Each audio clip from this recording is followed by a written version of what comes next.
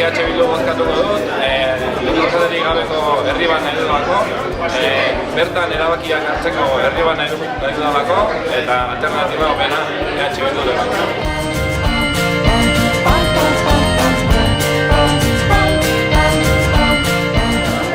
Vamos a solucionar los problemas que no hemos podido hacerlo hasta ahora. Y tenemos esperanza muchísima en Hernando.